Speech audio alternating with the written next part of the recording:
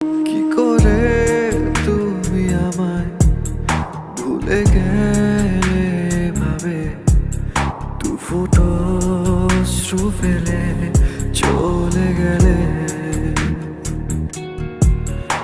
আজও আমি ভুলিনি তোমায়, চলেছি খুব গোপনে স্মৃতি আগলে।